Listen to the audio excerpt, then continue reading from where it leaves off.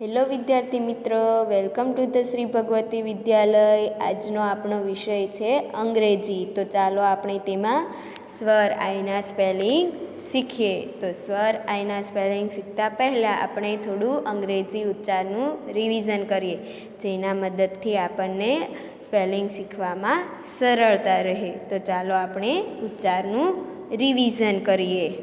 તો એનો અને એક માત્ર એ, બીનો બ, સીનો ક, ડીનો ડ, ઈનો ઈ અથવા એ, એફનો ફ, જીનો ગ, એચનો હ, આઈનો ઈ, જેનો જ, કેનો ક, એલનો લ, એમનો મ, એનનો ન, ઓનો અને કાનો માત્ર ઓ, પીનો પ, ક્યુનો ક વ, આરનો ર, એસનો સ, ટીનો ટ, યુનો અ, વીનો વ, ડબલ્યુનો વ, એક્સનો ક સ,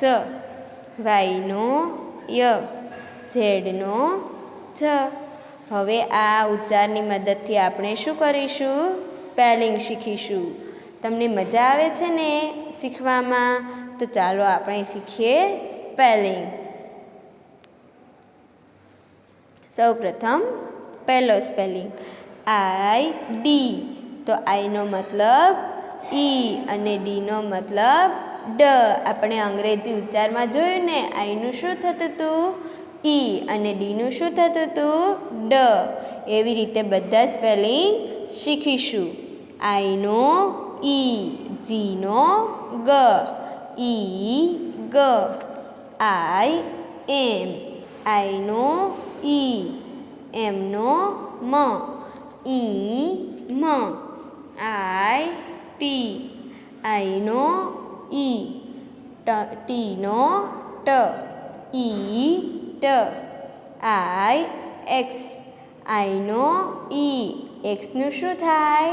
ક સ, તો ઇક્સ, આઈ એન, આઈનો ઈ, એનનો ન, ઈ ન, આઈ પી, આઈનો ઈ, પીનો પ, ઈ પ, આઈ બી, આઈનો ઈ, બીનો. હવે આપણે શીખીશું નીચેના સ્પેલિંગ. અત્યારે આપણે કયા સ્વરના સ્પેલિંગ શીખી રહ્યા છીએ? તો કે સ્વર આઈના. તો તમે જોઈ રહ્યા છો કે બધા જ સ્પેલિંગમાં આઈ આવે છે. તો આપણે હવે શીખીશું પહેલો સ્પેલિંગ કે આઈ ડી. કીડ એટલે બાળક. કે આઈ ડી, કીડ એટલે બાળક. બાળકને ઇંગ્લિશમાં શું કહેવાય? કીડ. હવે આવે છે બીજો spelling L I D. Lead એટલે ઢાંકણું.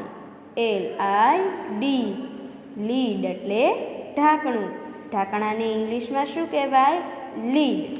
હવે આવે છે ત્રીજો સ્પેલિંગ બી આઈ બી. બીબ એટલે લાળિયું. બી આઈ બી, બીબ એટલે લાળિયું. લાળિયાને ઇંગ્લિશમાં શું કહેશો? બીબ. હવે આવે છે ચોથો સ્પેલિંગ એન આઈ બી. નીબ એટલે ટાંક. એન આઈ બી, નીબ એટલે ટાંક. પેન અથવા પેન્સિલના ટાંકને શું કહેવાય ઇંગ્લિશમાં? નીબ. એફ આઈ જી, ફીગ એટલે અંજીર. એફ આઈ જી, ફીગ એટલે અંજીર. અંજીરને ઇંગ્લિશમાં શું કહેશો? ફીગ. પી આઈ જી, પીગ એટલે ડુક્કર.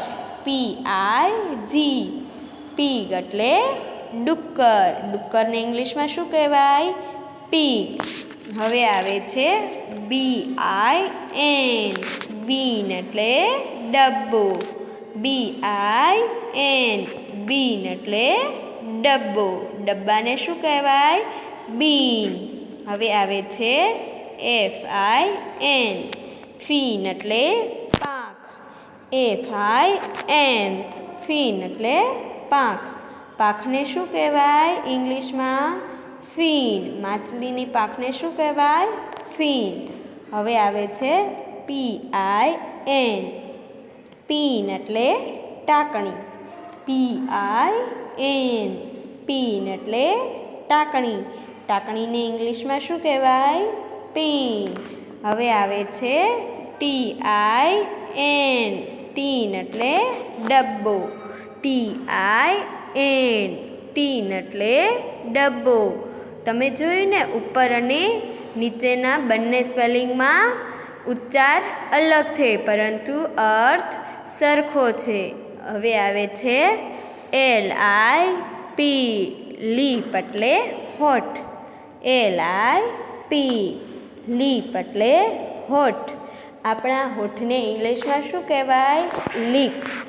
હવે આવે છે SIX, સિક્સ એટલે 6. SIX, સિક્સ એટલે 6. 6 ગળે 6 ને ઇંગ્લિશમાં શું કહેવાય? 6. હવે આ બધા જ સ્પેલિંગનું રિવિઝન તમારે એક વખત તમારી જાતે કરવાનું છે.